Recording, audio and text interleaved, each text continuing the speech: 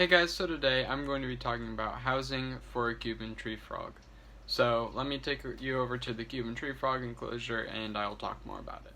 Here is my Cuban tree frog enclosure. It is a 20-gallon polyterrarium. Up here there's a land area and it has this coconut hide that I made, and this is a bioactive terrarium or polyterrarium. And then down here has some pothos plants and some peace lily. Now this is a 20-gallon tank. They might eventually, through my research, what I found is that they'd need a 20-gallon tank, like tops, and preferably a tall rather than a long, because the tall tanks, they are arboreal, so they need a taller tank. But I think I'm gonna change this tank.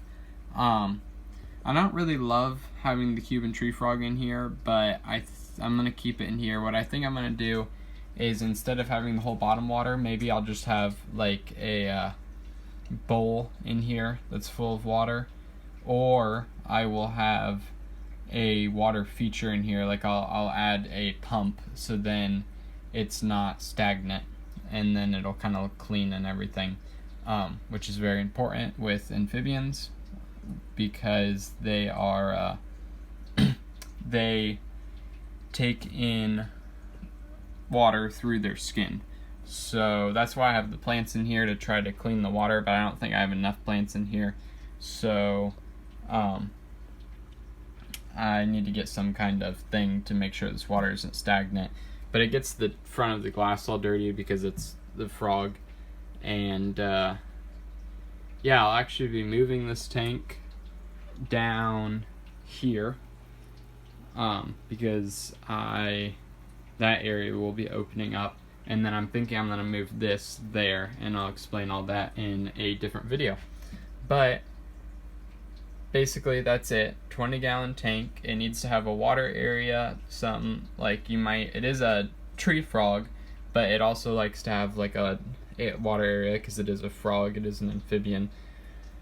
So I would say like have half of the tank water. This is obviously more than half, but it also has all these branches. I would also say live plants would be really nice. That's why I like keeping, I have one frog, but I like the idea of keeping frogs because you can have tons of plants in with them, and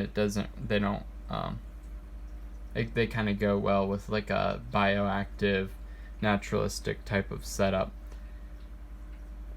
And so for substrate, you could have like a normal dirt. Now this is like an eco earth topsoil, just a bunch of different types of soil mix. And obviously you can have gravel. I didn't really pay attention to how with turtles, like I pay attention to how much gravel what size gravel there is, but this is basically a huge range of sizes, so I don't think that really matters. And yeah, I think that's basically it for housing. In the last enclosure I had like a little area that I could put food. This one I do not. They do need hides, so plants are good because they'll have coverage, so then they can kind of hide within the plants. And then also for this Cuban tree frog, I always find it hiding in a little hole. Like I created the same type of deal in my last terrarium I had for it, so I did the same thing, and it stays in that hole during the day since they are nocturnal, and it comes out. Also, it could hide behind this piece of wood if it wanted to just hide from me, and it'll sometimes hide in the water. So I hope you guys enjoyed this video. If you did, like it down below. If you have any comments or concerns, put in the comments below. And if you want more content, then subscribe. I hope you have a fantastic day, and I hope to see you in the next video.